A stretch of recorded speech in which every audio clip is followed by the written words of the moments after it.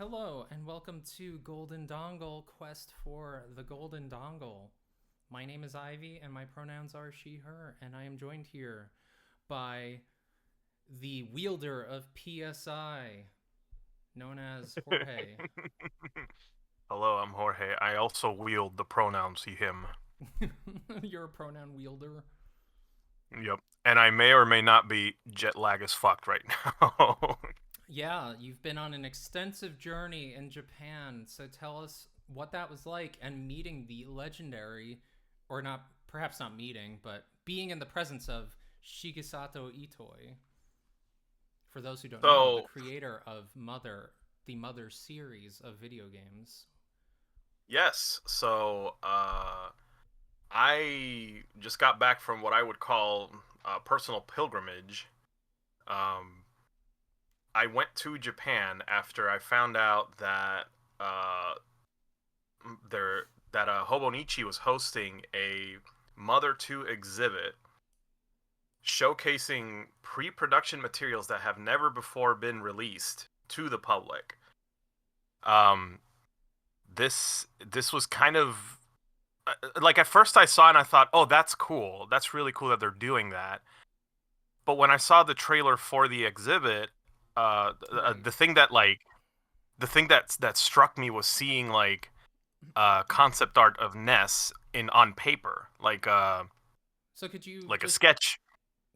paint a scene of like where this was set up, what the building looked like, where it was, what the room looked like? Because I want to know all that information.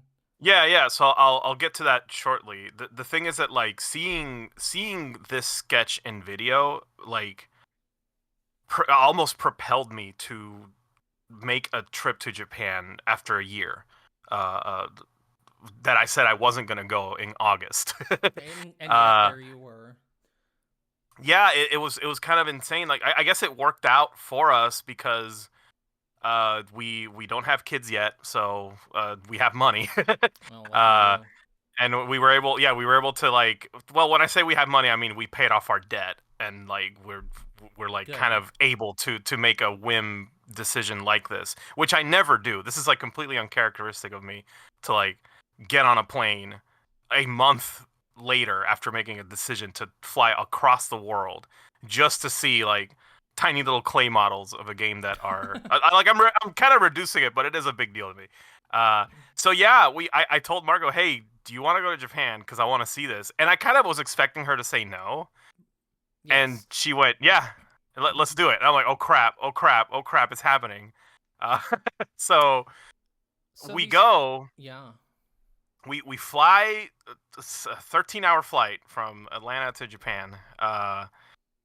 And holy crap, it was worth it. Like I had like a much better trip than I did last year. I loved it. It was great. It was awesome. And the exhibit was fantastic. So I'll describe to you what it's like. Sorry. It's inside of a mall called Parco. Well, it's specifically the Parco Theater, which is like I believe the eighth floor of the building. Um, and you go up. We went there. We got there kind of early, so no one was there. So sorry. And uh-huh. No, continue. Sorry, I was coughing. Oh yeah, I actually muted myself on the recording, but yeah. continue. Sorry. Oh, good. All right. So yeah, we got there a little early, so we are just kind of waiting outside. And it it's honestly kind of small. Like it was kind of small. It was maybe like 3 to 4 rooms at least of documents and materials from before the game came out, which is it's a lot. I don't know. It doesn't sound like a lot, but it is when you see these things that were like never before shown to anybody. I actually don't think any kind of concept art was shown except for like this tiny little art book that came out in like early 2000s. Um, all of this was new, and seeing it was kind of amazing. Like it inspired me uh, as a creator, as an artist, because like it kind of showed the what the process of game dev was back then when you just wrote things down on paper. Mm-hmm. I always found Uh, that fascinating. yeah, and seeing like scribbles and like rough sketches of stuff, like it's really inspiring because it kind of shows you that like there is a process of imperfection that leads to the thing that we see as the final product, which is very important for creators to be aware of. Oh That yeah. not everything comes out like amazing on the first try. You have to like uh, I you have to get through that awkward process of like, well, this is gonna look kind of weird at first, but it'll flesh out as the process goes. And then it was just great to see the clay models of that they made for the game for promotion and key art stuff, which I They're did not know right. uh, came after the sprites. The game was actually I had uh, the very fortunate opportunity of having somebody there who understood what was like in text and stuff, so they could explain what's going on. Uh, and they were telling us like, yeah, this stuff, like the clay models came after the sprites. This concept art is actually for the clay models, not for the actual character designs themselves. That was concepted in the digitally in the pixel art phase, which is crazy to me. Um, Yeah, they kind of just raw dogged a lot of this shit back in the day and then did like the yeah, artwork after the fact. yeah, and but that's also inspiring to me because it's like it's an unorthodox process. It kind of shows you that there's more ways than one to approach a situation, a design task like this. And again, all that stuff was so inspiring. Right. And before we Uh, get to the rest of your the event and all that, I just wanted to comment on what you were saying about this process. yeah, yeah, I find it inspiring to me because it makes me feel like, oh, I can do this. Like yes, I precisely. can, do a little doodle on a piece of paper and make a game based on Yes, this. yes, 100%. That's exactly what's inspiring about it. Yeah, I You love hit the it. nail on the head. It really that's the kind of stuff that motivates me to do my own little projects where I'm like, oh, you know what? Maybe it's not such a daunting thing to see these Yeah, giant projects that started from such humble, beginnings as napkin sketches, like the original Mr. Saturn drawing by Etoy. yeah. Those they had those too. Yeah, They're like real the tiny pen I scribbles. love it. They're so good. Yeah, and you stand in its presence, and it's like it's impactful. It kind of it hits you, but at the same time, it does exactly what you said. It shows you this is something achievable. This is like a thing that humans made. People worked on this. Like it's not. This wasn't like a machine. This wasn't like a corporation. People worked on this. Yes. There's something And beautiful about that. The period of time, the 80s and 90s in the video game industry, where there was that handcrafted element to everything. And I mhm. think those humble beginnings, just that's the inspiring part to me. Um, somewhat tangentially related to all of this, there's the creation of Metroid. So I believe this was in 1986 or so, or 87. How 86. Yeah, and the team that made the original Metroid was basically holed up in this little office, and they would order ramen from this little shop down the road, and this little shop knew them like personally because they ordered ramen from them every single day. And just that little humble story about this giant of a game, Metroid, Yeah. was just made by dudes in a fucking closet ordering ramen. Yeah, And exactly. and this And is it's the love of the craft that made it happen. Really, right. I just find that's what's so inspiring. Yes, and I find that whole like just small scale production of these games that have become legendary so fascinating. Mhm. Mhm. And I think Yeah. Earthbound, the Mother series, Ooh. really encapsulates that too. Because you have Shigesato Itoi, who was very well known in Japan prior to creating games, and Mhm. as a TV personality, as a person in the advertising field, and all those things that he did, and then he goes Yeah. to Nintendo to make a game, and they're kind of like not sure about it. They're like, we don't know if we want to make this game. Who are you?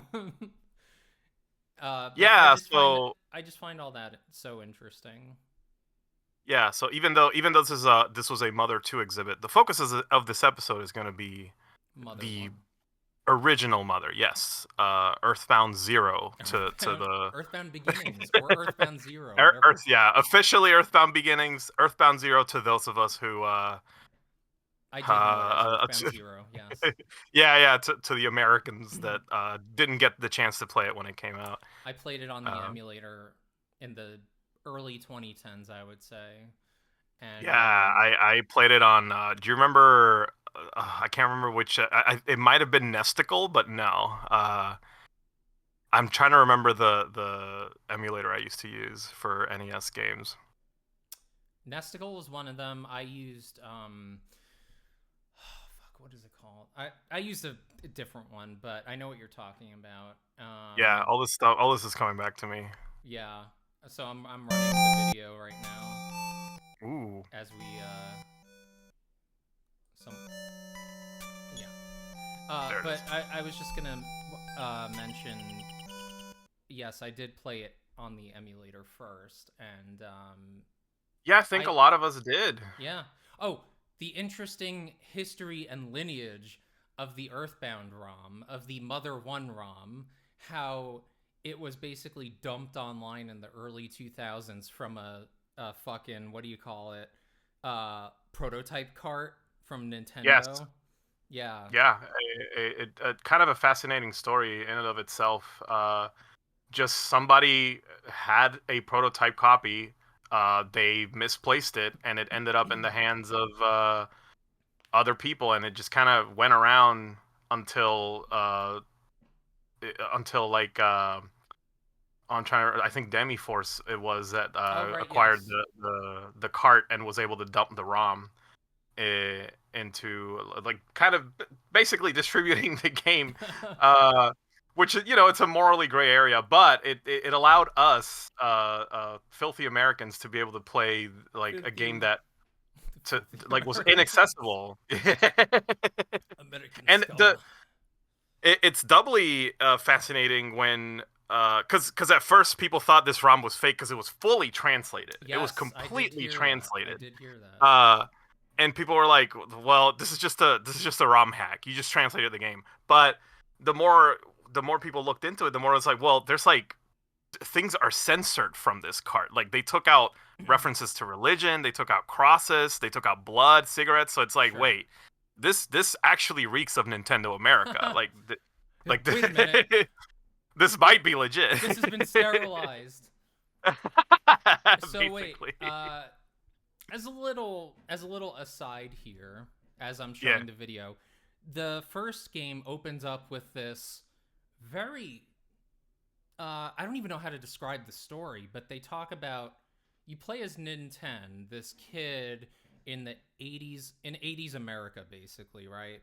Uh-huh. Yeah. And the story actually starts with them talking about in the early 1900s his great grandparents are abducted by aliens, and George and Marie. they are his great grandmother is tasked with taking care of Geeg, who is uh, basically who becomes Gigas in Earthbound, if I have that Oh, correct. you're skipping ahead a lot. There We is can go so all over first. the place. Listen, this is gonna be. Let me tell you. Let me tell you something. No, no, Well, like the thing is, they get abducted, what? and then What? when they come back, I'm broad strokes here, dude. Broad oh, okay, strokes. okay. When I think, oh, it says right there, George comes back with like never told anybody, but then like I guess like one of them had a baby alien when Well, they came back. they did basically. Well, Geeg. Long story short, Hmm. Maria took care of Geeg. So the aliens are Yes, just fucking Maria. like, hey, Maria, you want a baby alien to take care of? Here you go. Yes. And then it's like, okay, so and she loves him and it's all good. But then George is like, you know what? I'm gonna steal your fucking information on all of your PSI abilities. So while he was up there on the mothership or the planet or whatever, wherever the fuck Geek is from. He basically The ship, yeah, it was he the ship. stole their secret alien knowledge for PSI, which is psychic abilities. And It stands for psycho. Oh, wait, PSI stands for something. Crap! I should know this. so long Looking it up story now. short, he comes back to Mhm. Earth with that knowledge. Geek is pissed and basically launches an invasion against humanity to recover the PSI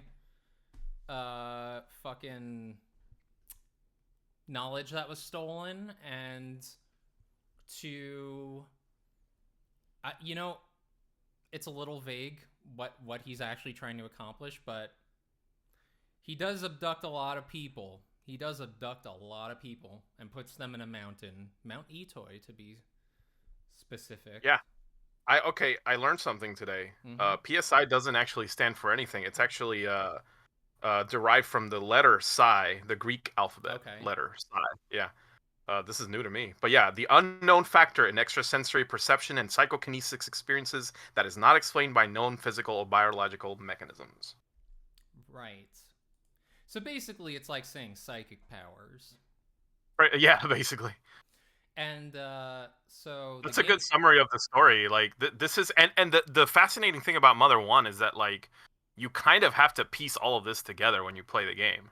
Like they Exactly. don't straight up tell you what happens. Right. So they only give you that little piece in the beginning where it's like they don't even tell you who Geeg is or any of that shit. Right? Not until the very end, yeah. Not No. until the very So when because all he tells you like I will always remember this line for some reason. yeah. Ninten, I am grateful to your family. Oh, sorry, video crapped out a second. Okay, we're back. Yeah, no. Oh, we're gonna get to that. We're gonna. So at the end of this video, we're gonna watch the whole end fight because I Oh my fucking god. love it. I fucking love it. I fucking love it. So yeah, let's briefly go into like so how did you find out about Mother 1? Like I what was so that I like found for out you? about Earthbound first. Like Yeah. every '90s kid, I found out about Earthbound first because that's Let's what go. Nintendo gave us. That's true. Nintendo fucking marketed Mother 2 as Earthbound in Mhm. '94, and it came in a big box with the It player's did. guide. So already it looked impressive and intimidating when it's in the store and amazing and different. And I feel like that really summed up what Earthbound was, right? It's like just this amazing, different game. And the advertising was horrible. The whole "this game stinks" marketing campaign. Yeah, for some reason they wanted the marketing to focus on smells. I don't know why. Because they were fixated on '90s gross out humor, Ren and Stimpy, True, fucking, yeah. That all Nickelodeon that shit. era, yeah. So basically, what we ended up with was something that I felt repelled a lot of potential players, including me. Like where I was like, what's this game about? Farting? Yeah, yeah, that's what happened to me too. Like I knew about Earthbound way back when Nintendo Power published and talked about it. And as an RPG kid back then, it was interesting up until I started reading about it. And they're like, "Oh, stinky poo poo fart shit." And I'm like, "Okay, this kind of sucks." And like, even the non like non gross out promotion stuff, unfortunately, did not have an impact on me because I saw it as like an Yeah. inferior game to Final Fantasy, which is another thing that kind of hurt this game's potential in the US. Ooh, I'm telling. Well, yeah, like there's Ooh. honestly even back during that time, uh, no, like I'll be honest, back then I did not like Earthbound. I was one of those kids that Wow. looked at it and thought it was stupid, and I'm like, I don't want to play a game where kids cry and have asthma. This is dumb. Uh, And this is in it direct opposition to your current personality. Because this game is like 100%. part of your DNA now. Yeah, so I'll get to that later, but yeah, basically the problem this game had in the U.S. is that one, people already did not play RPGs in the U.S., and two, it was kind of competing with like what JRPGs were at the time, which was Final Fantasy. and Mm-hmm. it didn't look as cool as Final Fantasy. It didn't play as smoothly as Final Fantasy. Uh-huh. It was more traditional, like Dragon Warrior style of RPG, which was already kind of going out of style at the time. If you remember, like Dragon Warrior only went up to 4 in the US before it Yeah. became Dragon Quest and got relocalized. This again was because people just lost interest in the traditional style RPG, and I think that kind of affected Earthbound's potential in the US. I agree with you. And Yeah, the marketing did a disservice to it. 100%. uh Although it, I it worked for some kids, but like yeah, it just was not like cool enough to get people in, you sure. know? And you know what? Yeah, the cool enough aspect. I get what you're saying because it's like Hmm. it's like kind of out at the time when it came out, it was considered outdated looking, outdated in Yeah. concept, Yeah, that was another thing. It underwhelming in looks simplistic. Yeah, yes, yeah. underwhelming in concept and execution because at the time, if you remember the mid 90s, it was all Hmm. about I do. hardware. It was all about what you were pushing graphically. What? Yes. Okay, that's another thing. A lot of people don't remember why Earthbound failed. This game came out like late life Super Nintendo. They were already working on the N64. They were PlayStation already was right like, around the corner, fucking yeah, Saturn. PlayStation was right around the corner. Like games were the unfortunate truth, and you hit the nail on the head with that. The unfortunate truth about like gaming in the United States as opposed to Japan is that it was very, very much focused on like graphical power, the console wars, which one's Yeah. better than the other. And Earthbound did not help that case for people who No. only cared about that shit, which at the time was a lot of people. So It was it we sucked. were everyone was obsessed with bits and how fucking advanced everything was and fucking Like we knew what Virtual that Boy. meant too. Like who cares? Oh man, I need a fucking Virtual Boy. Said Ugh. no whatever. I know, right? Said the one guy who bought it. Now I'm gonna get hate from all the Virtual Boy fans. All two of them. Don't worry. No, like, see, everything has a specialized cult now. Like, there's a fucking. I'm sure there's a huge ass Virtual Boy fandom out there, and they're all like Right? Yeah. fucking holy Virtual Boy and like worshiping They're it all and stuff. blind from looking at red lines for 25 I years. I And only see in red and black. Oh. to be fair, I do feel like the Virtual Boy should have been like ported to the 3DS or something. Like all the old Virtual Boy games. I don't know why they never did that, but that's a thank you, Polly. Uh, but Caballero, yeah. over here. Oh wow, we got I'm bringing surprise it back, Sopranos. yo. I'm bringing it Yeah, back. that's all right. But yeah, back to Mother. So yeah, But I guess that's our brief history with Earthbound. That's how we yeah. found out about Earthbound. Yeah, and then basically later in the 2000s, it intrigued me because I'm like, this is that game I never gave a chance because the marketing Oh, was that's so exactly what happened to off-putting. me. And I'm like, Yeah. why is this considered a classic and a juggernaut of a game? I want to know. And then when I got involved in it, I'm like, this is the most emotional experience of my life. That was kind of similar. I had a little more cynical experience with Earthbound. Like Yeah. again, early 2000s, I'm like, oh, it's that shitty game. And then the funny thing is that like throughout my life, I was kind of a hypocrite because when I was a kid, I'm like, I would have loved an RPG where I was a kid and Yeah. not like a warrior. But I denied myself that because Earthbound was for dumb little dumb babies. It was for So dumb pansies. It was for yeah, fucking namby pambies. and yeah, and for kids who like puke and fart and shit and poop. So It was for uh, shit fart puke babies. Not cool Final Fantasy kids. Not yeah, not not like the fucking Shinra Elite Zack yeah, not like fuckers. ultra. Oh wait, hold up. Now I'll take offense to It's that. not for the Zack Uh, fuckers. but yeah, when I started getting into emulation, I'll just say it outright. Like I was Yeah. playing a lot of Super Nintendo games that I only heard about, and this was a magical time for me because like I was able to play all these games I couldn't afford that I only read in magazines, I only seen publications of. I could only imagine what they were, and the entire Super NES library was available to me. And one of those games that I gave a chance was like Earthbound because I'm like, oh, This came and went. It's in Smash Brothers. I feel like I should give it a chance. I Yeah. should give it a shot. And This I'm not kidding when I say like the effect was immediate. Wow. It's a fast acting drug. Like when Earthbound. Buzz showed up and it's like I'm a bug and I'm gonna help you. I was like, what the hell? This is the best game ever. How did I not know about this? They make you fucking go through every emotion with Buzz right from the beginning. Yeah, And then yeah. they fucking traumatize you with that shit. And I he's know. like, I "Oh was man, I'm so dying, stoked. dude. I'm I was like, fading yo, fast." this game has like a beetle and it's OP and I love it. It's already oh shit, it's dead. Never mind. I know. No, but when he dies, it's so sad. And he's like, It's super dramatic. "Oh, Ness, one more thing before I die." Ugh. Yeah, and he tells you well the thing I'm that from also the future. captivated me. Yeah, it was that. It was like I'm from the future and everything's shit and there's this evil power and you're screwed unless you do this. I'm like, I did not know Earthbound was about this. This is kind of crazy. Like none of this was told to me in these Yeah.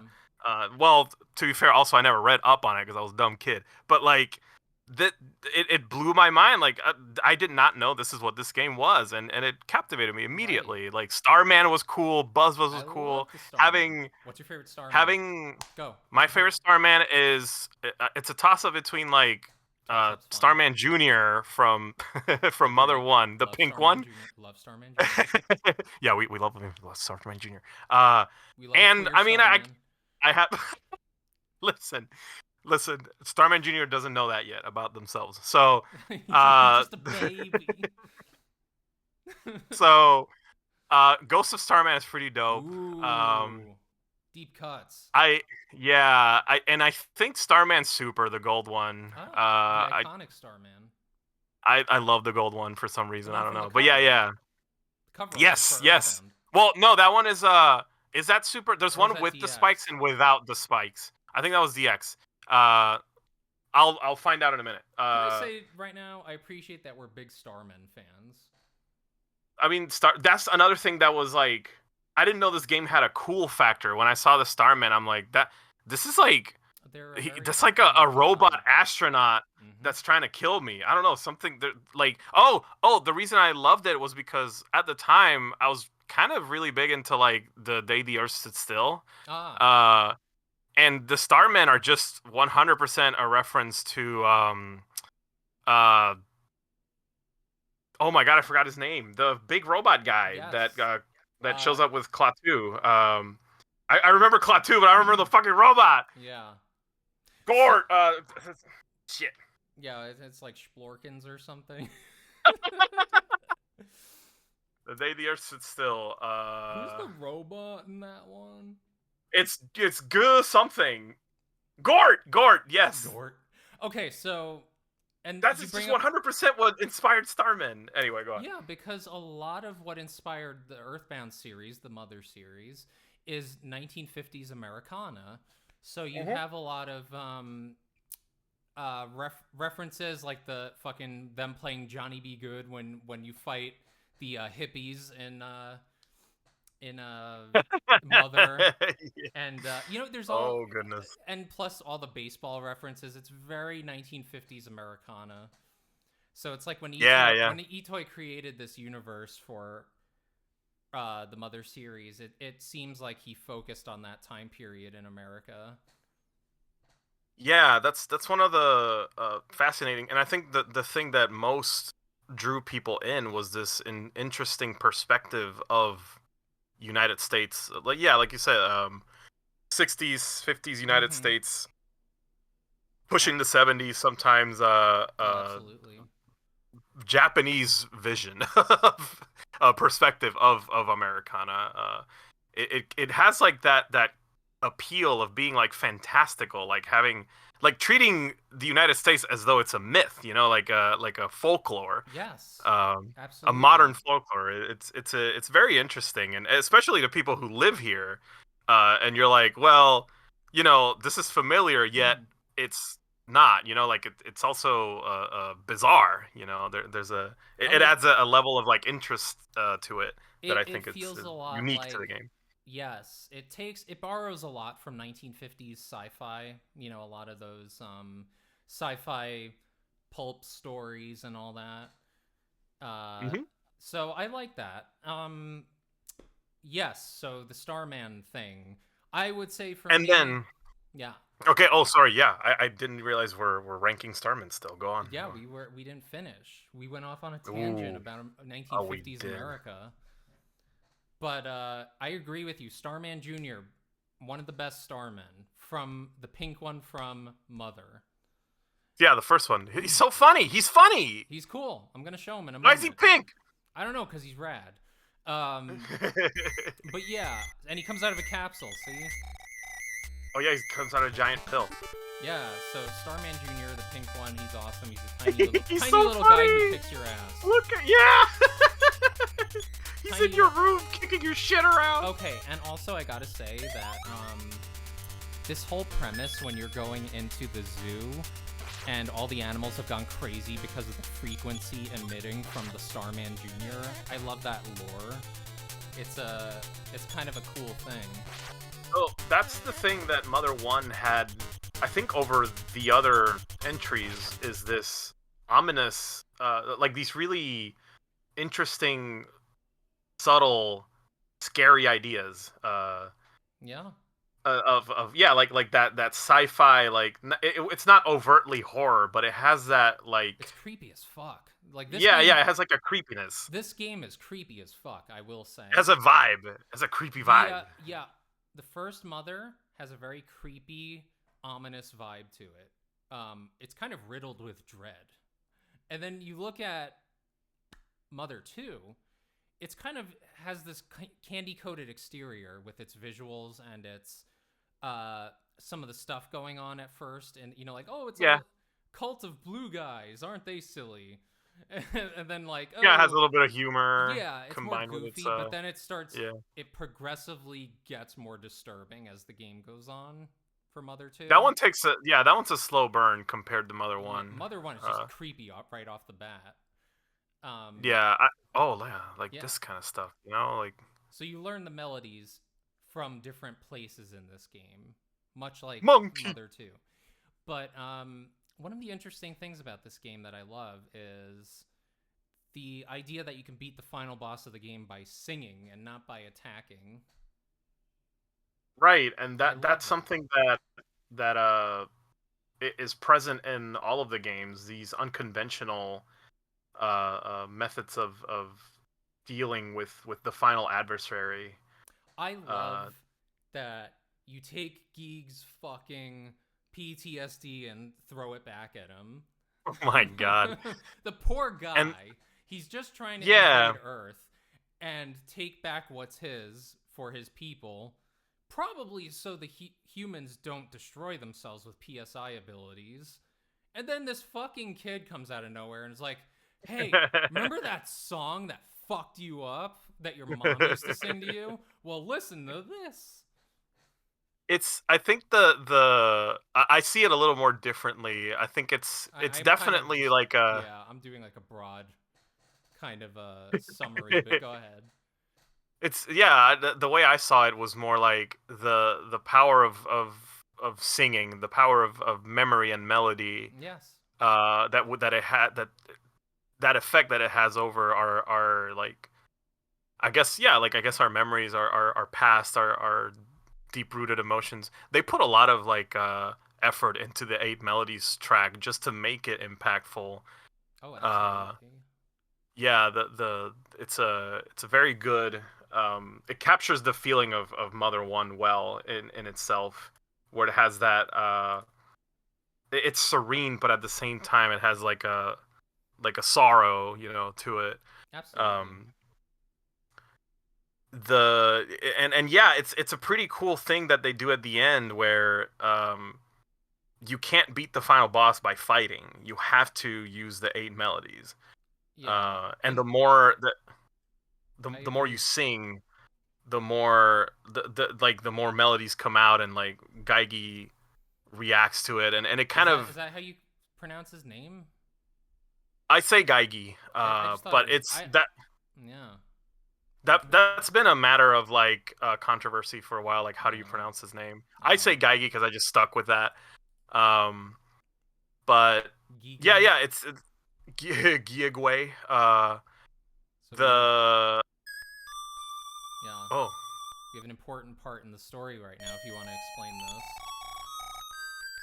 so right now, oh yeah, this is how you get to Magicant. So explain what Magican is to the kids at home. Magicant is the world of dreams. And it's somehow spawned by his great grandmother's consciousness, and Oh also yeah. also it's in his mind. It's a very strange kind of Oh it's a very strange surreal place made of pink yeah. clouds and castles. It's honestly really cool. One of I my love it. favorite parts of the I game. absolutely I love it. was I like lost my fucking shit when they revealed in Smash Brothers 4 that one of the stages was gonna be Magicant from Mother 1. That's wild. Uh, Yeah. like seeing Magicant in like current gen graphics just destroyed me absolutely. It's a But yeah, the mm-hmm. oh go on. No, go ahead. You I don't know. No, I I was just wasn't I gonna was just say gonna anything. I was just gonna continue I was like just gushing over with how cool Magicant was. it is. I guess like to cap the Mother 2 conversation, like after we played Earthbound and it like took us for a ride and we Yeah. loved it, we laughed, we cried, we wanted to know more and we needed more of Earthbound. So off to the internet we went. I assume this is the same for you, and found out that Yeah. there's like There's a there was first another one? game. Yeah, There's there was one that came before. and the third one that we're never gonna fucking get. Oh, that came later. Yeah, I remember I played Earthbound before Mother 3 came out, so I was Interesting there. thing about Mother 3. It was Yeah. originally going to be developed for the N64. Oh, and I remember like even American Nintendo Power like published articles on this, Yes. on like Earthbound 2 is in development, Or like on the 3. It would have been N64. 3. No, in the US it would have been Earthbound 2. Oh, yeah, yeah, sorry. Yeah. So they were like, oh no, they called it Earthbound 64. Yeah. They called it Earthbound 64, Everything was and it was like, 64. Everything yeah, because was like just 64. the Cuz fucking you gotta branded for push that those fucking console. bits, yo. Yeah, I know. Again with the fucking bits. So they're like, oh, it's being developed. It's being developed, and it's gonna have another kid, and this time it's 2 kids. Holy crap! And a Uh, cowboy. and And a dog. yeah, and I remember screenshots. They had screenshots of like prototype Lucas, prototype Flint, prototype Boney. Yeah. Like all that stuff was like, and at the time, I remember reading this and I didn't care because again, I was a Yeah, dumb you're kid. I didn't like, like Earth. who gives a shit? Yeah, where's Zelda? uh,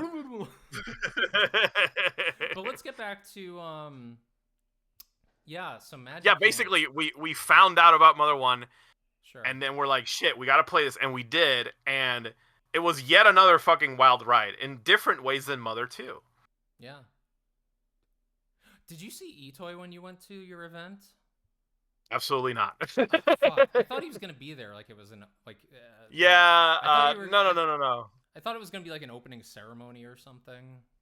No, because I was there. By the time I got there, it was already at near the end of the event. So actually, Okay. it's probably there's probably as of this recording, there's probably still a week left to it. But yeah, it was we were at the tail end of it. Okay. So no, he was not there. I did. Some of my friends who were at Japan met him Ooh, though, which was incredible. Yeah. That was really cool. that's Um, awesome. I mean, this guy's. but I did legendary not get the now. chance. Yeah, I did not get the chance. Please Oh. play Seabass Fishing. Itoi's Yeah, didn't that have base. like an actual fishing rod component that you could like No, hold up. use as a controller? Itoi Bass Fishing. Did this one, was it this one? I don't know. I think it was the No. Oh wait, it did. Yes, on the Yeah. It had the controller. No, you're right. You're with the right. fucking fishing reel. It had an N64 controller that looked like a fishing Yeah. rod. I didn't make that Yes. shit up. That's real. No, I believe you now. Fuck. Yeah. But yeah, Mother 1. I love these Renaissance men. Itoi. Gunpei Yokoi. He's a big one. Love him. Oh, Gunpei Yokoi was Yeah. that was the Metro guy, right? He was the everything guy. He created Yeah. the Game Boy. He created the Virtual Boy. He Oh, created he created Rob. He created Rob. He fucking worked on Metroid. He worked on Super Metroid. He worked on fucking so many other things Oh, that I can't even the remember. Wonder Swan. Wonder Swan. The Wonder Swan was him. Yeah, when he left Nintendo, he did the Wonder Swan. He did, and he made some games for that. Fucking imagine. I feel like we would have had a little bit more if he was still alive. Rip. Yeah. True. I'm a big Gunpei Yokoi fan, so I believe you. Like that's like his contributions to Nintendo are he to this day reminds like me of Shigesato Itoi, where they're Renaissance men who are very prolific in their careers, and they created things that have become legendary. yeah. I would put Iwata up there too. Yes. Especially given that he did have a history with Mother too later on. Oh, that's awesome. I didn't know As a that. developer, yeah, he jumped in development a little bit later in the game, and That's cool. anecdotally, I don't know how true this is, but like he supposedly saved the game from development hell. Wow. I wouldn't say single-handedly, but his help was uh, essential in the release of Mother 2. Yes. So Yes. we thank him for that. Yes. We love these men. They are wonderful. I know it was a different time, like the a lot of passion was behind game dev. I mean, there still is. I feel like a lot of passion in game dev now comes from like smaller creators, It does. but You're not wrong about that. then, yeah, back then these were the smaller creators. Like They were. this was gaming was still young. And the Uh, thing about it is, concept art is in a different place now, and this kind of relates back to what you were talking about with like little napkin sketches of like the Earthbound characters and stuff. And I feel like everyone is just like doing these like fucking large scale concept digital paintings and shit, and like, oh, the more realistic you go, the better the concept art. mhm. And Yeah, I just don't dig that scene. I'm not into it. me I either. I can't get into it, and you know what I'm talking about? Those VFX artists and all the digital Yeah, I painters do. and stuff, Not and Yeah, not to throw specific shade at anybody, but like there is this. It just feels way more corporate now than it did mm-hmm. back then, because it's like you said, it has to be grand in scale, and it reaches a point where it doesn't feel like a person made it. It just feels like Yeah, designed by committee. designed It by just feels committee. like it's yeah, it just feels like too much corporate interference, too much interest in like the bottom line, the capital of it, and it takes me out. Like I don't know, like to this day I still feel like the most powerful game experiences come from games that I play that I know were made by like people like that they wanted to tell me something when they made this game. Agreed. uh like Itoi with this game, he wanted to say a lot of things. He wanted to say music is powerful, America is crazy but cool, uh trains are awesome, robots are awesome, like that kind of shit. Like I don't know, and also like these games were very focused on like the emotional core too, which is another thing I feel uh it has become more and more scarce with modern gaming. Like Right. they're less interested in an emotional impact and more in like getting that wow factor out of you for like the spectacle, the scale of everything. Oh yeah, no, I uh totally agree with that. And yeah, you know, uh-huh. I think the revival of indie games, the indie game community rather, has revived our appreciation for smaller scale games, for things that aren't over polished, for things that focus more on emotion rather than visuals. Yeah, And I think yeah, that's really there's important. You look at things like oh shoot, that slipped my mind. But you there's get what I'm games saying. yeah, I one game that comes to mind, I don't know if you're familiar with it, is Lisa, the Lisa series, which if you haven't played, I do not recommend. Okay. Because it's a heavy, like it's games that deal with heavy Yeah. subjects. But again, it's like I know it came from someone's personal experiences. Someone is trying to tell me something, and I really, really appreciated that about it. Like, Yes. there's an emotional core. Like, even though Lisa is a heavy game, I still think it's worth playing because someone's trying to tell you something with this. Yeah. It's a creator, a person made this, and that's valuable. Agreed. Ooh. I feel like there's a deeper message. So right here in the game, you're talking to who is the Queen? What's her name? Queen Mary. Mary, which is based off of Maria. It's really, spoilers, Maria. It's Yeah, Ninten's biggest spoiler in the game. great-grandmother. This is Ninten's great-grandmother who lives in a giant castle in Magic Kent. Yeah, And, she's the queen of Magic Kent. very- She's the one. It's a very emotionally loaded, kind of poignant thing. Which is impressive for, again, like Yeah. a game, even back in the 8-bit NES era, not a lot of games were like telling a story at this level of like nuance and poignancy and emotional like impact that they wanted to have. This was still new, relatively new for this kind of thing. Agreed. And Mary is like a tragic character, which kind of adds to it too. She is, because essentially she was abducted by aliens, tasked with raising an alien child for some reason. Aliens, go figure.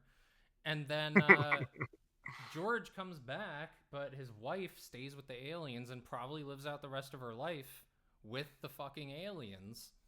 I always wondered about that. Yeah, she just stayed up there raising Geek, and then Geek's like, hold up, George escaped? No, man, I'm gonna go and fucking kick their asses. So then he goes down to Earth, and he's like, I love his... We're gonna get to this later in the video when I skip ahead to the final battle. I love Geek's intense hatred of humanity when he's talking about people. When he's talking to Nintendo, yeah. I'm like, man, this is some heavy shit. Yeah, and again, it's impressive for a game of this scale. Yeah. You know, like that's the thing. This game just emotionally punches you over and over again. Like, I want to ask, like, do you have like a moment aside from like the ending? Do you have a moment that stands out to you in Mother 1 that you want to talk about? So many. Like, I mean, the whole sequence with Mary, especially when you come back and Magic Kent fades away. Oh, that like that fucking blew my mind mind. Here. Like, I kind of don't want to spoil it because it is like the most powerful moment in my opinion. Well, look at this is a powerful moment. Fish. Oh, also, you can tell me later. Do you have a favorite enemy from Mother 1? I have a soft spot for. I like the Barbots. I love Barbot. Yes. Barbot's cool. Lot of weird robots in the factory. I love Barbot. I love Juana, the lady robots. Yeah, they're fucking woman robots. Those are awesome. Yeah, they're so cool. I love the RX series, the giant mechs. Yes. That look like a trash can. Those are awesome. Which they used in the promotional commercial for Earthbound. Oh, that ad is so good. The live action one. Yes. I remember watching that. Powers. Yo, I remember watching that after I beat the game, and it was like it hit me so hard because like I knew what was going on. I was like, "Oh my god, holy shit!" That's when you're in the fucking desert and you're fighting the big dude, right? Yeah, with and like Eve is there too. No, Eve was not in the ad. Only the RX robot. Oh, Eve is like the good robot, the one that helps you. Yeah. One of my favorite characters in the whole game. My girl. Yeah. The tall robot that like George created. Yeah, I know. She's gotta pour one out for the homies for her. I know. She's one of my favorite characters in the game, even though like it's just a robot. I love robots. Like, I don't know. Robots I told you this. Are a reflection of ourselves, I believe, because we built them. Right? Oh, this guy. Yes, I remember this guy. This is who I was talking about. This is one of my favorite moments. Yeah, the Forgotten Man. We love the Forgotten Man. He's I'm not really here. You can read it. One of these. Oh my god, you didn't have to notice me. Please ignore me. I'm a man who does not exist. You talk so kindly, I don't know what to do. If I miss people, I cannot live alone anymore. My conversation is always a monologue. I've been alone from the moment I was born. Lucky, unlucky, it makes no difference to me. Sometimes even breathing becomes too much. Like, give him a hug. Why do you insist on talking to me? Are you a forgotten man too? And if you answer no, that's right, right? Go ahead, ignore me like everyone else. And if you ignore him, he disappears. Now, It's so deep. oh my god. Is that a reflection of Nintendo's grandfather? Or is that a reflection of Nintendo? Or is that a reflection of Itoy? Is that his self-insert? Yeah, I think that's more. I think that was more of a personal anecdote. Like and it's powerful again because you don't expect it from like an NES game, especially us playing this in like mid 2000s.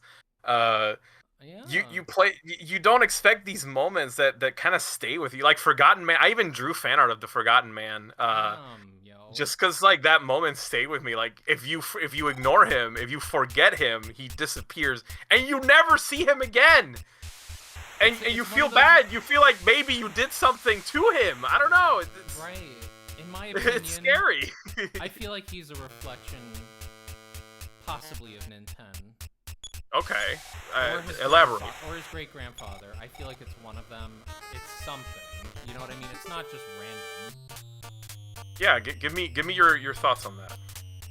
So, yeah, I mean, he talks about being forgotten, and he talks about being kind of abandoned by people, and it kind of makes me think of Nintendo's great-grandfather, of, George. He came back to Earth alone, without his wife, and had to live out the rest of his days like that. And yeah, I guess he spent most of his time like in the water laboratory that he had, the underwater lab that he had. We'll get to. First, we're at Sweet Little's factory, as they call it. I hated this part, by the way. Like, okay, can I say something? Deep cut here. Yeah. The music is inspired by Pink Floyd's "Welcome to the Machine." What? Have you ever heard that song? I don't remember it. No. So listen to Pink Floyd's "Welcome to the Machine." It has that thumping industrial sound to it. Oh. And it's great. I love the parallel that there's certain tracks like that were taken from American and British music. Like, yeah, so for example, in Mother 2, we have the Good Morning theme when you wake up after you use a hotel or something. There's that's the Beatles. If you look that up, that's one of the tracks. I forget what Beatles song it is, but there's a segment of a Beatles song that's taken from. I'm glad we're touching on this because like this is one of the more controversial things about Earthbound, in my opinion, is how much the music it is inspired by like American pop culture and British too, and that has created problems with the localization. Yes. It's one of the a lot of people think that Mother 3 is not in the US for like censorship reasons, or just they didn't want to get to it. They didn't have they didn't want to like spend the resources on translating a late game GBA title. But I think the strongest theory I've ever heard for Mother 3 not getting localized is how much sampling it does in its music by like popular tracks that were that were famous here. That's part of the cultural Americana that it's drawing from. The zeitgeist. It draws from our pop culture. Right? Oh, he's in the school now. Yes, so this is when he finds Lloyd. Oh, Lloyd, he's in the trash! His buddy Lloyd in the trash. Because he got bullied. It's so sad. Yeah, there's Mount Itoi. That's so cool. Yeah, you can see it from here. I love this game. Blue Starman, another OG, one of my OGs, Blue Starman. Blue Starman? That is a deep pull. Yeah. That's a rare Starman. I love Blue Starman. You can't not love him. Does he taste like blue? Probably. I bet if you licked him, it would be blueberry. Yeah. Oh, Lloyd. I love Lloyd. Oh, I'm so sad. Every time I think of Lloyd, I get sad. Yeah. He just wants a friend. Good guy. He got bullied and he hid in the trash can. Yay. Oh, this game is so good. So he's one of your accomplices on your team. Yeah, I think next to Pippi, who, by the way, best party member, Pippi. Why is that? Because her attack stat is insanely broken and they didn't fix it. It's so good. That's amazing. Uh, so there, I don't know if you're familiar. There's like fan cannons of Pippi just being like overpowered and That's like destroying amazing. all the like enemies in the graveyard. If you look in the game's files, her attack stats are like, I'm pretty sure they're just copy pasted from Teddy. That's awesome. So if you level her up enough, she's insanely broken. Love it. And some people believe it's intentional because she's inspired by Pippi Longstocking, the character, Yeah. who, like, one of her quirks was that she had super strength. That's amazing. Yeah. Love that. Oh, the fucking trucks. Oh my Yeah. god. So these are the trucks that can give you asthma. I know. Asthma is one of the craziest Fucking status effects in a game. Yeah, it completely incapacitates you, which I guess it's like You're having logical fucking that it asthma. does. Yeah, you're kind of not able to breathe. So there's a couple of interesting things. I don't know if I'll get to show them here, but there's a mode of transportation. You can go on a train in between The cities. Paradise Line! Yes! You can do that. There's a plane at one point, and there's also a tank that you get to pilot. Because why not pilot Yo. a tank as a child? Oh, I love the tank. And I love the biplane was one of my favorites too. I remember back then I did like I made it in Lego. I recreated Did you? the plane in Lego, and I made like a Lloyd and a Nintendo Lego figure. That's rad. Yeah, I might have the photo somewhere. I'll try to look for it. Awesome. But yeah, I want to talk about one of my favorite moments in the Please. game. I don't know if you're gonna get to it here. Yeah. It's the Youngtown section of the game. I don't know if you remember when you find a city that's like where all the adults have disappeared and only kids live there. Yep. So And basically, yeah. Geeg fucking abducted all the adults in that town. Yes. Okay, here's a little bit of snowman action when we get to see Anna. And yeah, so One of Youngtown the for best some themes reason. also. Oh, Snowman. Yeah, and it's so good they kept it for Earthbound Mother 2. Yeah. This is actually the theme that plays in Snowed In Earthbound. And that's when you go to find Jeff at the boarding school. Is that right? Yeah, Jeff and Tony. Yeah. Aww.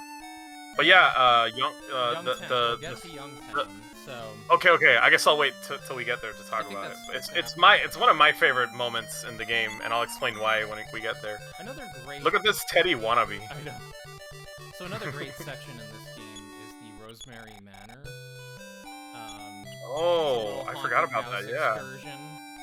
Yeah, You with have the ghosts, piano is. ghosts and zombies, and you learn one of the melodies there from a possessed piano. Yeah, from the piano. I remember that now. Yeah, you got some wolves, They're like. Ugh. and you get to this church-looking thing, and you find Anna. Yeah. Oh, so this is one of the moments where some things were edited for localization. There's like a cross outside of the church on top Ah, that they took out. really stupid, honestly. Like, Well, that was one of Nintendo guidelines back then. Like any mention of religion had to be removed. so goofy. It's kind of goofy, yeah, I but mean, Japan's again, much more loose with this kind of thing. They're more straightforward. yeah, they don't care. To them, it's like, well, it's not that they don't care. To them, it's like, well, it's fulfilling the aesthetic of the setting of the world. Exactly. But here, Nintendo had a very strict no religion policy with their localizations. Probably to just avoid controversy, because evangelicals can sometimes be a little unhinged. So. Wait, would you say unhinged? Yeah. Yeah, I agree. So. Christianity has a way of making people insane. So. Oh, the Paradise Line! I love this track too, by the way.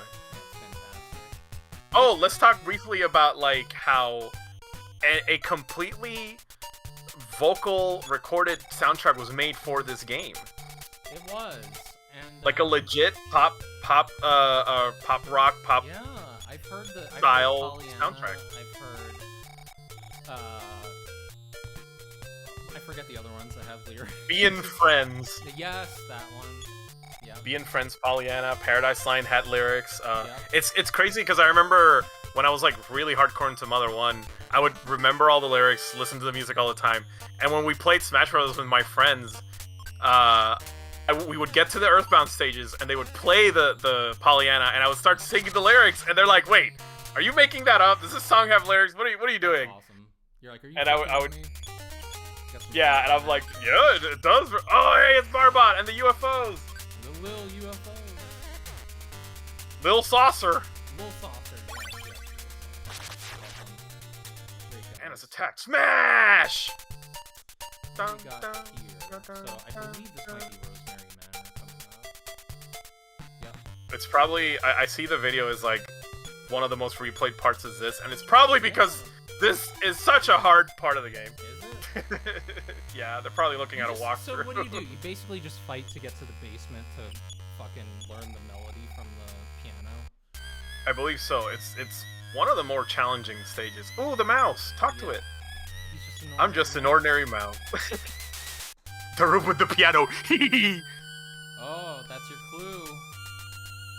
He's such a little this sketch. Track slaps. Yeah, I what love a it. Fucking So. Alarm. Oh. So you got Ghost. I was gonna ask something else. Yeah. So who's your favorite like party member? I don't know. It's hard to say. I mean, I kind of see them all as like. Teddy has. Gotcha. Teddy probably has the most tragic backstory, where his parents He's got killed or some shit.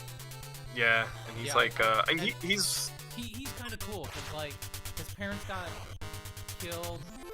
He's this tough guy in a gang, but then he joins the kids to protect them. Yeah, that's exactly what I was gonna bring up. He's one of the more unique characters in Mother trilogy because like most characters kind of were derived from Earthbound 1 or Earthbound and Mother. Yeah. A lot of characters are kind of derived from their like Mother 1 counterparts, except for Teddy. Teddy kind of remains like the more unique one, even throughout Mother 3. Sure, he was replaced with Pooh. Ooh, Prince Pooh of the Lam. I think, which is fine. I think my favorite is Pippi for sure, just because she's so funny and like the fact that she's OP makes her. It stuck with me. Just imagining her tearing shit up in the graveyard. Yeah, I agree with you. That's a lot of money. Holy shit. Yeah, I'm trying to see what else we've got here before we head into the ending. Get a few moments like. Ooh, the desert. This is another banger track. Sometimes I whistle this tune. Really? Yeah, the desert theme. I don't remember the names. Oh, there she is, Nancy. That one's Nancy. Yeah, isn't Lana the red one or something? Yeah, she's the more. Fucker. Yeah, RX 7037. So this is when you're in the tank trying to fight the fucking giant motherfucker. Whoa! The tank is broken. Yeah, so. Ooh. Oh, anytime there's a monkey in Earthbound, it's the best thing ever. In Mother. It's pretty great. One of my favorite characters is Salsa from Mother 3. I haven't played Mother 3.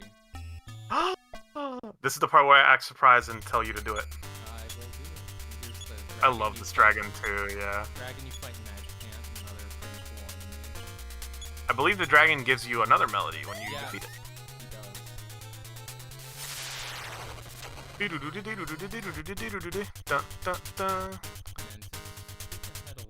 The combat in this game is probably the thing. Oh, so while you scrub through, I'll talk about something briefly. A lot of people, unfortunately, people who are trying to get into Earthbound, they make the mistake of playing Mother 1 first.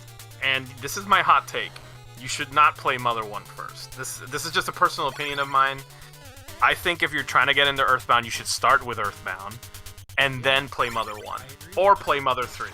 No, play Mother 2 first. Play Mother 2 first. If you want to, play Mother 3 first and then work your way backwards, because I feel like that's like if you love. The thing is that like a lot of people I know tried to get into Mother, played the first one, and then they come to me complaining about how terrible the game is, and I'm like, I literally cannot relate to you. This is one of my favorite games ever. I'm not going to vent about how terrible this game I love is. I'm sorry. So this thing always happened. Like I've had at least like 2 or 3 people who. Oh, this is it, Youngtown. Yes. So this is the town where all the adults have been abducted Oh. by aliens. And it's also my favorite track in the whole game. It's very creepy. But it's also like cute. Yeah, it captures that like that feeling of like being a kid and your parents are gone. Like you're a kid and it's the theme gets a little bit like jovial, but then it goes creepy because it's like you're alone. There's no parents. You guys are fending for yourselves, and that's the cool thing. Like you talk to the kids and some of them are like. Like, well, I'm fine, but then some kids are like crying, like, where's my parents? And it really hits you. And then to top it off, like, the thing that also stayed with me is that there's this baby that the kids are taking care of, because it's like, well, our parents are not here, we have to learn how to take care of this child. And yeah, and you feel bad for them. And the other thing is like, you can, I think someone gives you a hint that the baby has psychic powers. So it kind of tells the player, hey, you can telepathically speak to the child, and you do. Yeah. And the baby talks to you like an adult, and it's such a cool reveal. Like I don't know, that part stayed with me for some reason. I mean, it's so unique, and it's so like they do these things that are so not shocking, but in a way shocking, because it's so out of the ordinary and emotionally impactful too. Emotionally it's not just impactful. That it's unique. It's the fact that it has such strong emotional backing. It hits it hits that beat, that emotional beat just right. And Youngtown. Oh, also this theme they use it in Mother 2. This is Paula's theme in Mother 2. Oh, okay. Yeah. So again, it like bringing back the hits, the classics. Yeah. I love it. Mother 2, in a way, is almost a remake of this game. Yeah, Nintendo did that a lot when... It's not really, but Nintendo did, when the transition from 8-bit to 16-bit happened with Nintendo, they essentially kind of remade a lot of their games to, like, showcase, like, the improvement, the how long they've... or how far they've come. Zelda Link to the Past is kind of a remake of the first Zelda. Super Mario World is kind of a remake of Super Mario Brothers 3, and Mother 2 was kind of a remake of Mother 1. They're not, they're not the same game, but they take a lot of the same beats, a lot of the same character designs, and translate it into like a modern platform. And that was the point. It was kind of to show like, look at how cool we are now. Oh, there's the baby! Oh, shit, sorry. Nah, it's okay, it's okay. That was the baby. I was getting ahead to where, to LA, where Teddy is. Fake LA. Yeah. LA. ELLAY. When you need somebody, baby. Oh, this guy, he just has a... Yeah, like so... he doesn't even have eye... Like, you can't even see his eyes. Yeah, what the hell? This is a real sketchy guy. So, going back to the whole, like... if you're trying to get into the Mother series... I was kind of frustrated by, like, some of my friends, shit-talking Mother 1 because they played it first instead of playing Mother 2. And, like, there's really nothing I can do about that. Like, some people want to get into the series and they think they should do it chronologically. But I don't think... like, a lot of people in the US who love Mother 1, they do so... They're very rare fans of Mother 1 that are exclusively fans of Mother 1. It's not... Because they played it first. Yeah. That's a rare thing. Like, a lot of people got into it because of their love of Earthbound Mother 2. And it pulled love is what pulled them through the tough parts, like it is a rough around the edges game, Mother 1, I mean. It is. It has a more steep difficulty level to it. Oh yeah. It 100%. is not as vibrant and colorful in its presentation as Mother 2 is. Yeah. It's a little more cryptic. It's a lot more cryptic than Mother 2. It's extremely. And again, it sucks because like I don't know how to tell people like it's okay. I'm not saying you should skip Mother 1. You should play it. It's just not the first one you should play. Agreed. Play Mother 2 first.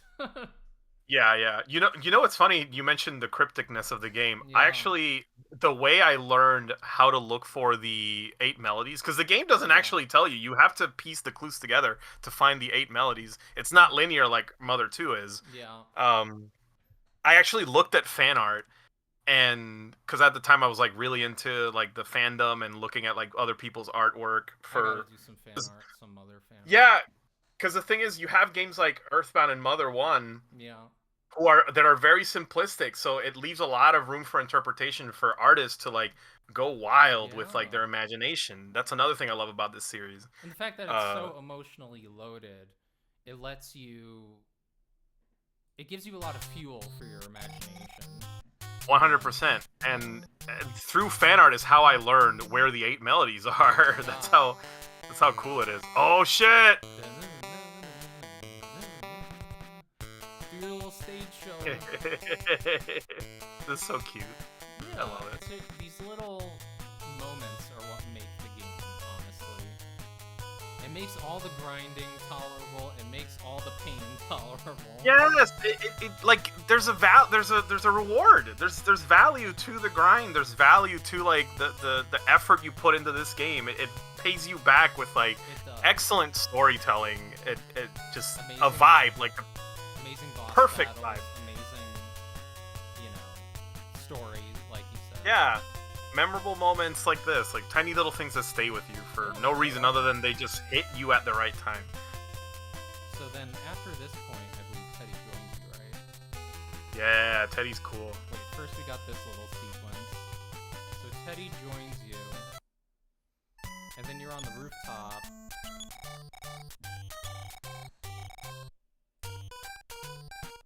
Another track that made it into Mother 2, the Yes. drugstore. So I forgot what the significance of this part was. He is. Oh, the rocket. Yep. Yes. And then you ride it, Yes. and that It's been takes a you while to the since island I where played Eve is. this. But I remember all the key events. Dun-dun-dun-dun-dun. This track has a name, and I forget. Yeah, and they use it. They do reuse it in Mother 2. Can we talk about some of the jank this game does have? Jang. Yeah. So like, did you know you can accidentally get rid of your ATM card in this game? That's horrible. And it breaks the game. You can't get any more money. They should have fixed that. They should have fixed They that. didn't. They did not. Wow. They should have just had a little There's message pop up like, you can't get rid of that. You know what I mean? Like, what the fuck? That was not a thing. That was not a thing back then. Then the other really jank thing about this game is the encounter rate. Is actually truly and traditionally JRPGs, the random encounter rate is it's considered RNG, but it's not. It's more of a pattern. The weird quirk that Mother has is that random battles are true RNG, which means like every time you take a step, there is a chance you will get in an encounter. So it is entirely possible that you'll get out of a battle, take one step forward, and get into another battle immediately. Yeah. Yeah, You can actually download hacks that fix this shit, because it's insane.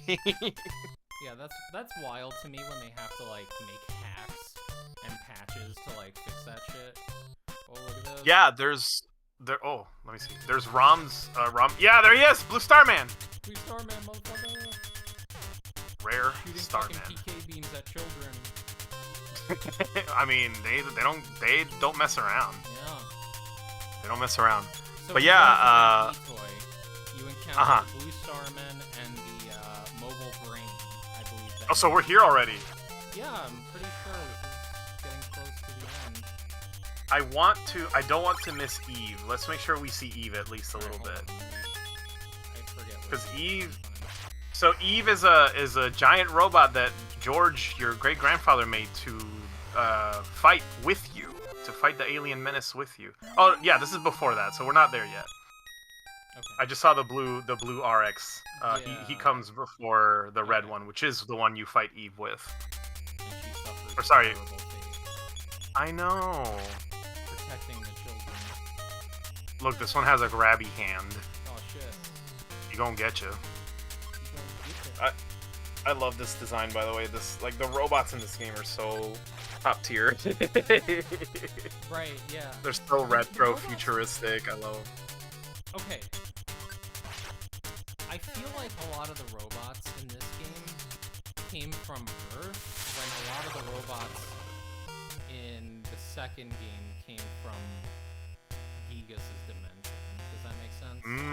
Yeah, I think so. It feels like that to me. They feel more alien in the second game. Look, it's Lloyd. He came with the tank. Yeah, because there's more factories in this game that have robots in them. Does that make sense? I don't know. Yeah. No, I know what you mean. Like, I think the Starmen are the only ones that come from space in this game, and the RX series are also Geigi's troops. Geigi boy. Oh, this is when Teddy's like, bro, I can't go on. It's alright, my little man, you can go on. I believe. Hey, Lloyd!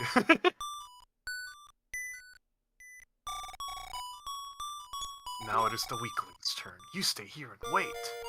Well, sure. Yay! Lloyd's redemption arc. Yeah, unfortunately Teddy has to stay. And what was it that did that to him?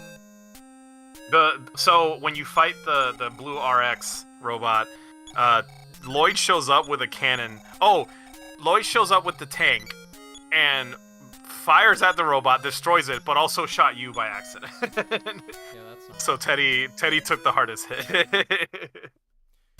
these guys who make an appearance in Mother 2. The Moops. Yeah, this guy's in the mall in Mother 2, right? Yeah, the Moops. Yeah, they're kind of like the alien soldiers of Gigas' army, I guess, or Gigas, however you say it. One cool thing about One cool thing about the Mother 2 exhibit is that there was a sheet that had several different ways of pronouncing Gigas, because even in Japan they were like, what is his name? Here we go, right? Oh, yeah! I am! Let's go! It's Eve! My creator was George. He was taken to the end of the universe. This is where they tell you the story. Oh, so cool. Then brought back later. I am here to protect you. That is my purpose. So here's a Eve is tall robot that's Eve is my second favorite party member. So she was in the underwater base. Yeah. And now she follows you around. I know, she's so cute. Look at this. I wanted Eve to be playable in Smash, but that was never gonna happen. Or at least an assist trophy. That was never gonna happen. Yeah. Shame. We did get the Starmen as assist trophies, and they're so good. They're perfect. I love them. That's awesome. that 2-frame walk cycle. Love it. So yeah, we're nearing the end now that Eve is here. This is like kind of the end game. Yeah, so let me just get to the point where we fight the RX. That one, yes. I forget the specific number. Basically, Eva's party, she's assisting, right, with the fight. Yeah. She's non-playable. RX 7038XX. She's an automatic attack in this battle. Oh! So here's an interesting thing to add fuel to your theory about robots being built on Earth. Yeah. In front of this machine, there's a crest. It is the double X. That's also seen on the in George's grave. The seashell grave that takes you to magic. Oh, yeah. For some reason, like the symbol, the double X symbol is like prevalent in this game. Yeah. A lot of people theorize that it's like chromosomes. I was never really like into that theory, but that's kind of like the but it is in like Eve exploded. No. The ultimate sacrifice. I know. And then look, oh, she's all exploded. That's so sad. But she gives you the last melody. And move no more. But then yeah, from the wreckage, the final melody of the 8 melodies is revealed. Yes, and this takes us to the point where we fight Giga. No, my bad. The final melody is actually in George's grave. Yes. Which is like right before the end game. We have to see Magic Can't disappear. Oh, I don't know. This is like the big moment. Here we go. Everyone loves Show me the...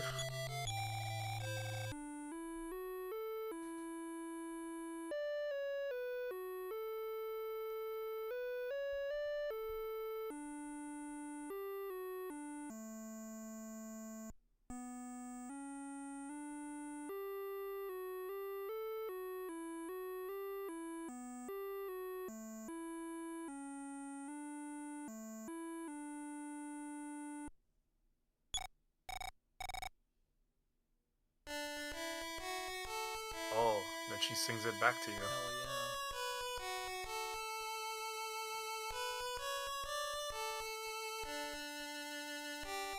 yeah. The 8 melodies are Maria's lullaby. That she would sing to Yi. Yep. And he hated it. Yeah, for some reason he did not like it. I don't know. Maybe it's just the idea that music affects their species a certain way. That kind of trope where it's like, oh, this thing we're used to affects aliens in a certain way. Yeah, this is where they reveal Queen Mary is Maria. And how she raised me. Except for when I tried to sing him lullaby. Oh, and everything's turning dark. Like, the more she talked. This is your wife, Maria. Her soul is free. My purpose is complete. Wow, this shit, like, hit so hard that first time. Like, oh my god! It's wild. It's just a wasteland. There is no Magic Hint. Queen Mary, rest in peace. And it's just so cool that they made, like, this scenic moment, like telling narrative through the background. I love it. Magic Can't has such a powerful setting, you know? So now we have this... Oh, wait, let it play out, yeah, because the first thing, this is the cave, and the children discover where all the adults in Youngtown have gone. Oh! And here they are, in capsules, in a mountain. The darkness is so thick. Can't see you very well. But could it be? Is it the little girl from Snowman? Anna, I believe it was. Brace yourself. Your mom is locked in a room and back. Oh, Do not try to rescue us now. First, the mothership must be destroyed.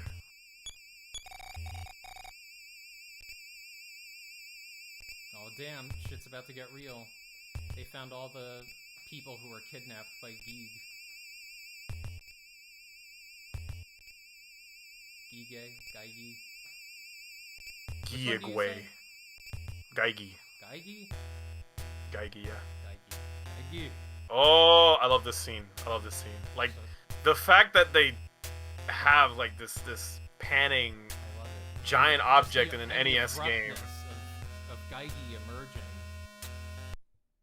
Yeah, this is a real end game. Real disturbing shit. There he is. Oh shit. And you get some narrative here. Some of his thoughts and feelings. And his reasoning for why he even did all this. Ninten, I am grateful to your family.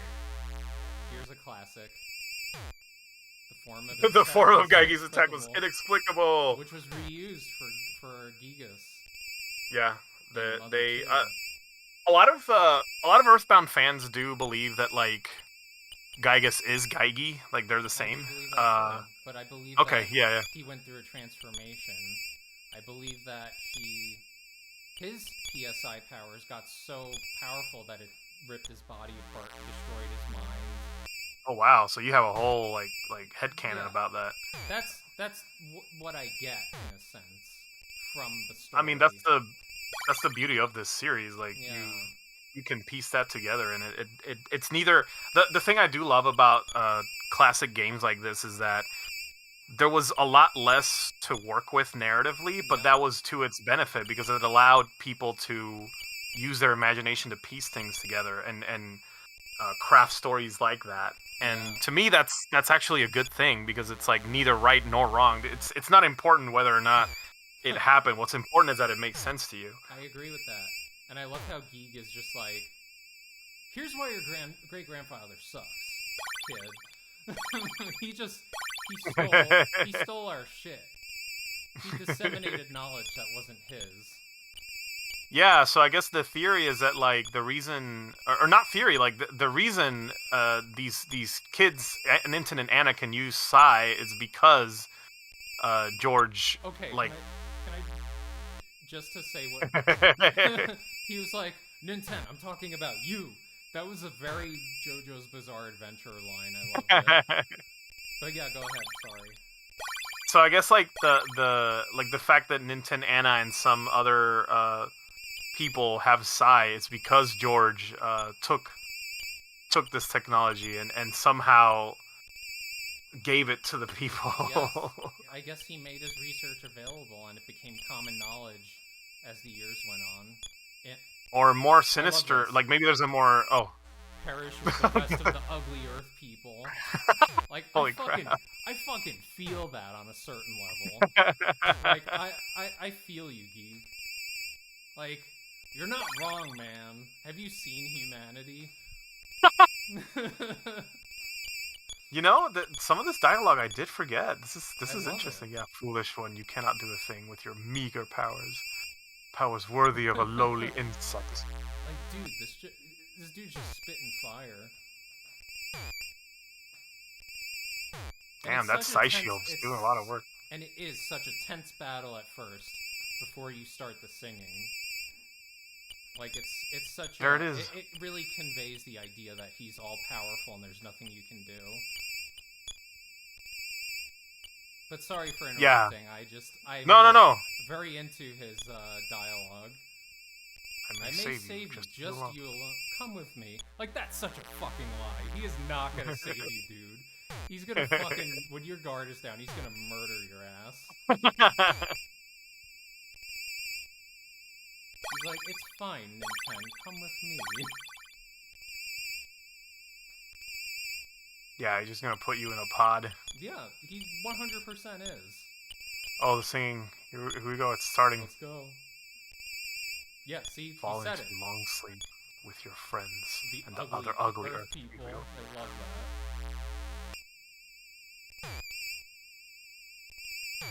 Man, Geek is he's full of such vitriol for humanity. Something I love about Mother... Oh, here we go. Something I love about Mother 1, again, is how much it leaves to the imagination. Yeah. Stop singing! Stop.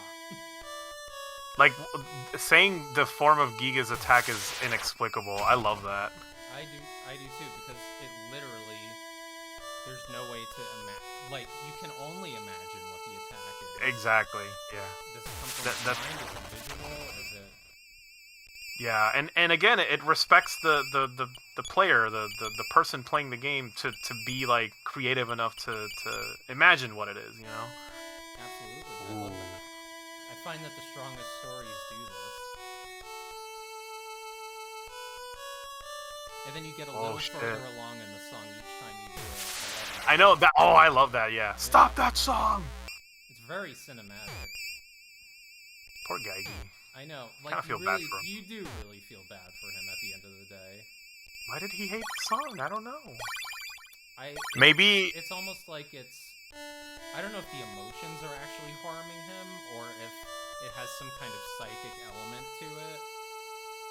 I wonder if there is like an emotional, like maybe this is like an alien that cannot understand love, I guess. Yeah. So like that, and the song, like Maria sang out of the goodness of her heart. She wasn't trying to harm him when she sang a song.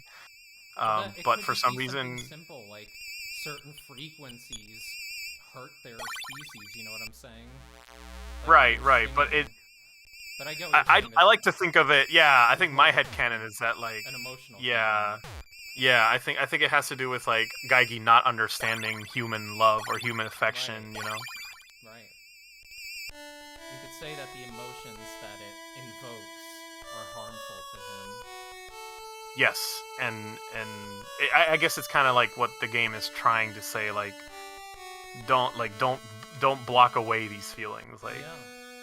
like And you become receptive to love, to yeah, I don't know. it's such a fucking sad story with Geek. Like, he Yeah. basically is defeated here, and yeah, it just ultimately he just ends up destroying himself, and then is destroyed by Ness. You know.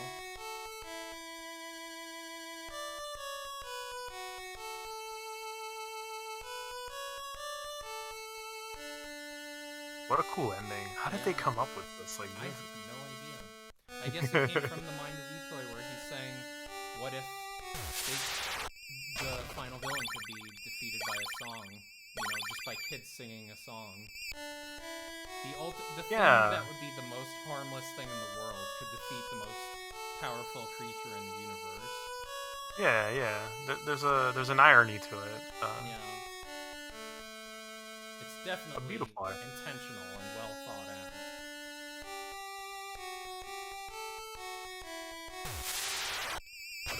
And also there's this Oh, here we go. One more. that Geek is weak in a way, you know what I mean? Where he can't tolerate his emotions. He can't even be out of this pod. He can't even be in the Earth's atmosphere without suffering harm or damage. That he's such a, you know what I mean by that? Like, Yeah. there's a commentary there.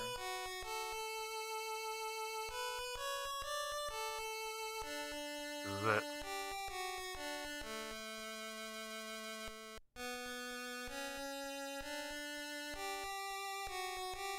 And then we have final moments. And that's sad. Oh, one more. That's sad. Yeah, because at this point he's begging you. Yeah. Yeah, There's like a tragedy to the character. there is.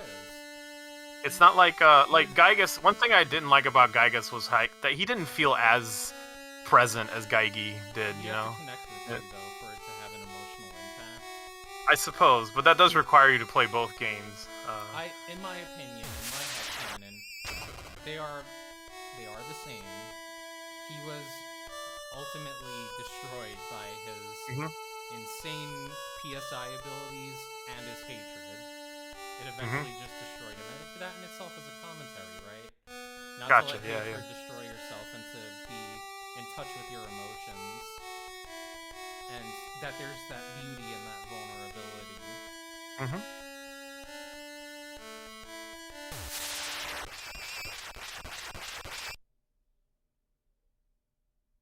Oh, damn.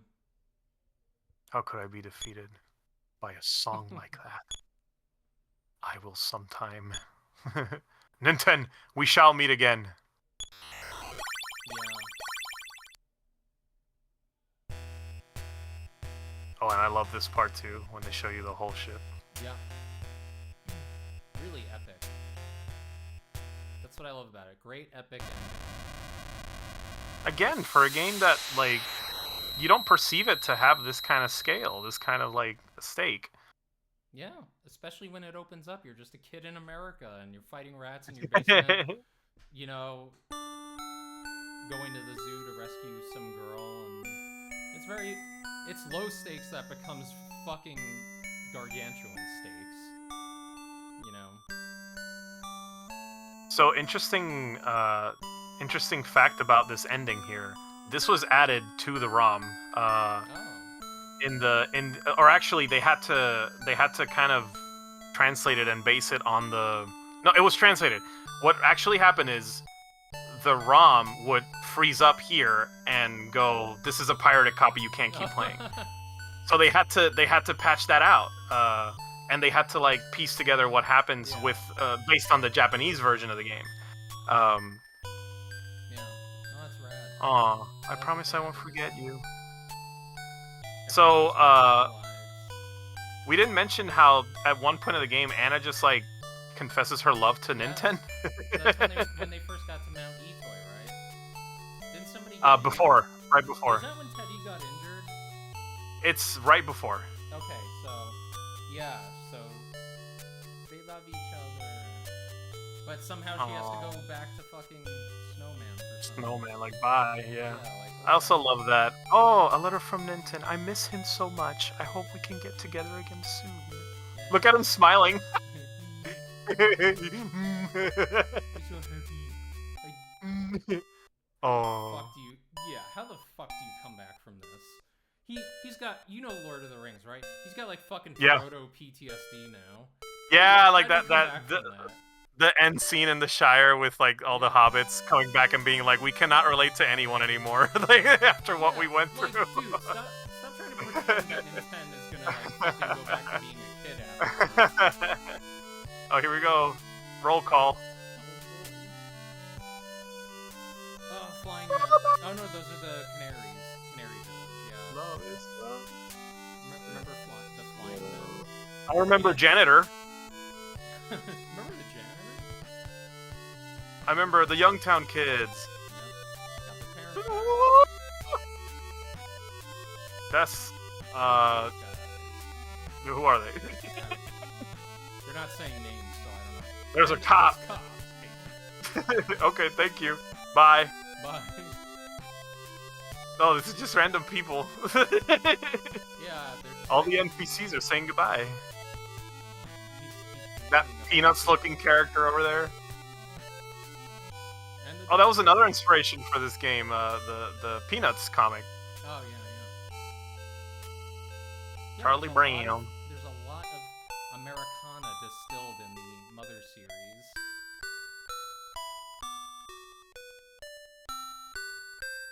Fantastic game, A plus, 10 out of 10. Very difficult. Yeah, it it is kind of a rite of passage for Earthbound fans and Mother fans in the U.S. like having to play this game. Yeah. This game is very But cryptic. it is, but it like I said, prohibitively.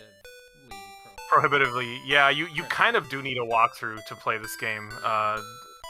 Oh, the guitar guy. The singing. It rewards you. Oh, the flying men. There's the flying men. Yeah. It does. That's the thing. Like, it is worth it. It's worth the trouble because it has so much to say. It's such a emotionally charged game, especially for its time. That's the rewarding aspect of this game is its emotional weight. Yeah. In my opinion. So there we All right. have it. That was roll credits. That was And at the very end, Earthbound Zero, aka Mother. Earthbound Zero, Earthbound Beginnings, known as Mother in Japan. Truly, a wonderful game. Honestly, I wish I could have played this when it came out. Yeah, me too. And it was very successfully received in Japan when it first came out. Japan loved this. Yeah, I was actually I did not know that like both. So when I went to Japan, I went with my brother and Margot, and I was explaining to them like Mother was big in Japan. Like I don't know if you guys knew this. They apparently didn't because Margot was surprised that so many people came to the exhibit to the point where like if you came in late, you had to like get a ticket to come back later. Every time we were there was full, and I was explaining to her like, yeah, Mother 2 it was huge in Japan, and yeah, so was Mother 1. Like, this game hit it big. It was a success. Yeah, it was. I feel like it got received much more fairly in Japan than it did in the U.S. In the U.S., the Mother series popularity was way more what is it, not retroactive, but it didn't gain a huge following until the 2000s in the US. It was like a kind of a niche cult classic up until then. Something that is kind of lost on new Earthbound fans, new Mother fans, is that this in the US Earthbound was not a well-received game. It was critically panned, financially bombed. There was just like not really a presence in the game until, like you said, the early to mid 2000s when fandoms started being more vocal about their love for this game and Yeah. thriving off of fan art because there was just like not a lot of content for it in the US. Oh, here we go. Yeah. Here we go. Wait, So wait. here Play it. is the commercial that we were Which talking uses about. the lyrical version of the 8 melodies, which is also amazing. Yes. Oh, so good.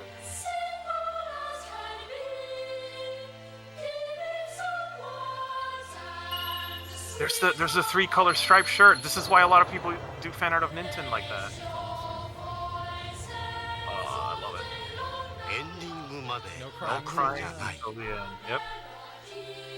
名作保証 Guaranteed まず masterpiece. ついに I 大 love 完成 Japanese phrases. Let me just say that right off the bat. Like sometimes like I'll just randomly be like, if something good happens, I'll be like, oh, big lucky. I love random Japanese like translations, if that makes sense. They When used they to have a when they say slogan. things in English, you know what I'm saying? Yeah, I was gonna say one of my favorites was the old PlayStation slogan in Japan that was called it was PlayStation Best for Family. Yes. I don't know why I always think of that one when I think of like little catchphrases uh, I in love the that. game industry in Japan.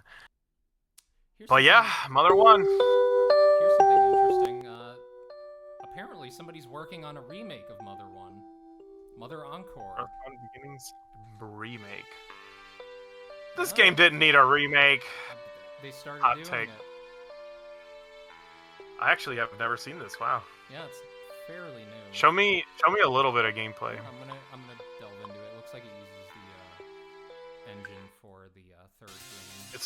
It looks more like Mother 3. Minnie and Mimi, your twin sisters. When you fight the doll. Oh yeah, notice how they use Ninten with the scarf. That was also like none of the key art puts a scarf on him. Only the commercial. The commercial. That's why a lot of fans draw Ninten with a scarf. It gives them a little more individuality. Yeah, it helps him stand out from the other protagonists, Ness and Lucas. Let me just quickly show the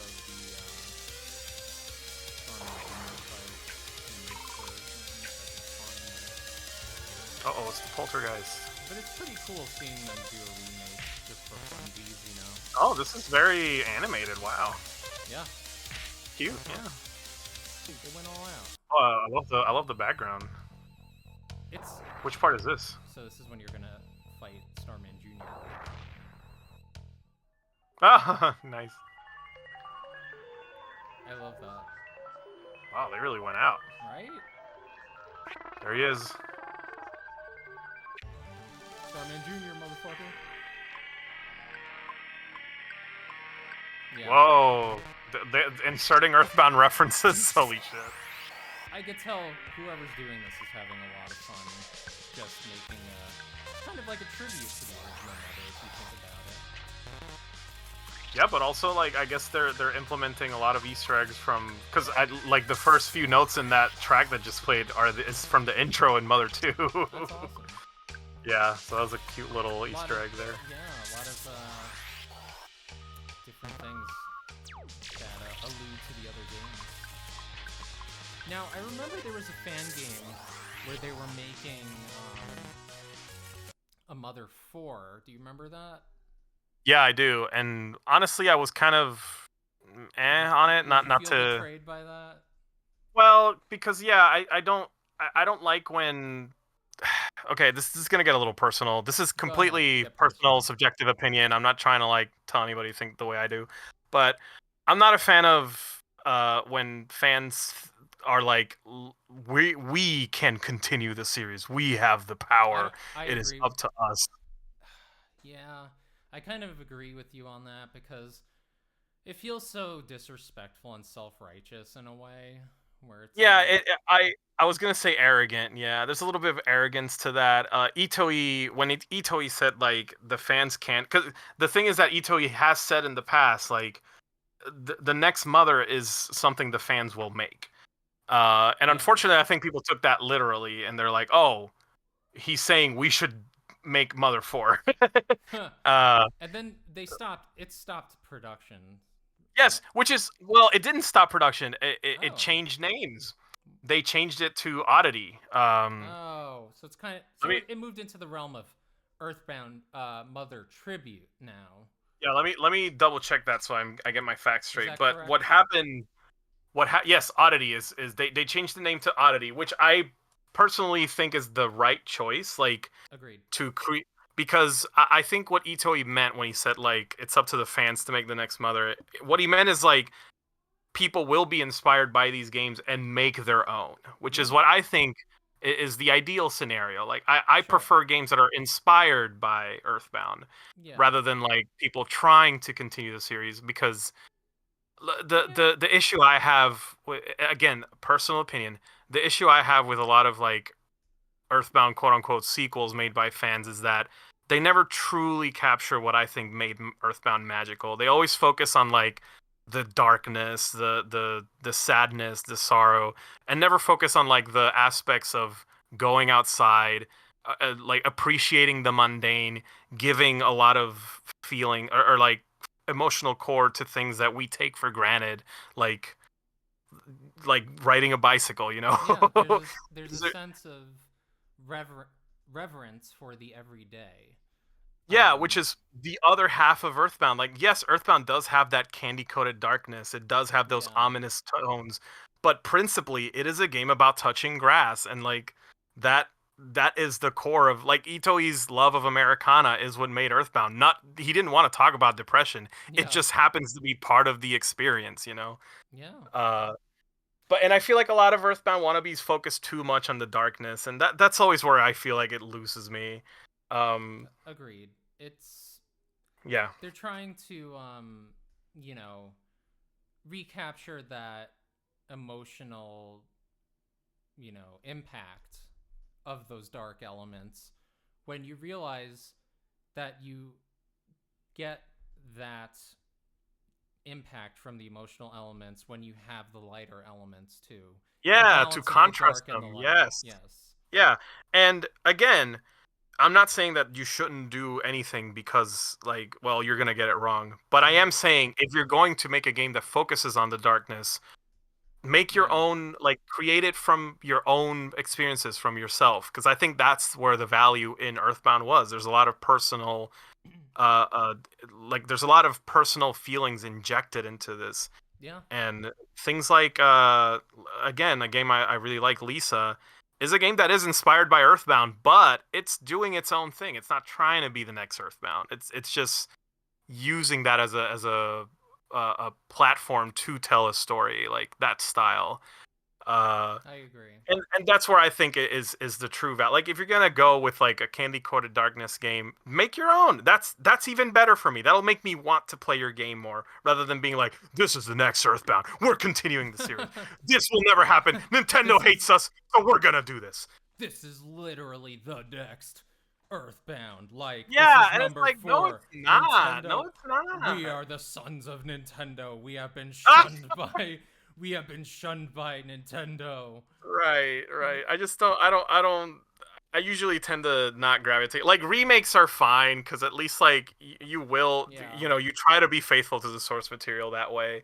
But yeah, like don't tell me you're the next Earthbound because you're not. You're just not going to be. It's We never going are to be. the second coming of Itoi-san. Yeah, yeah, I know, right? Like, oh, okay, so you think you can do a game just as good as Itoi would? Yeah, I I mean, don't. you're I'm sorry. literally I'm taking sorry. his universe and just doing your own spin on it. I'm So, sorry. And I'm I sure that's not like don't feel too powerful now.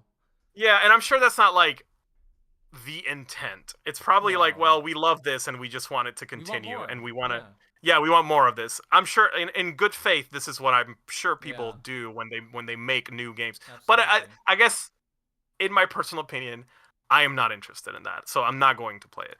No, So you're when Mother 4 yeah, so when yeah. Mother 4 changed to Oddity, I was like, "Thank you, good. Now I'm interested cuz now it can be its own thing. Now it has You were room to happy be its when own thing." Nintendo went after them. Well, that's the thing. They were afraid because like Nintendo, unfortunately, is like kind of pricks about fan games, and they'll Absolutely. go after them. And I understand fully why Metroid you 2. would like try to. Yep, Metroid the 2. Samus Returns remake got axed the minute it came out, which is They're just like, Hold So up a stupid. second.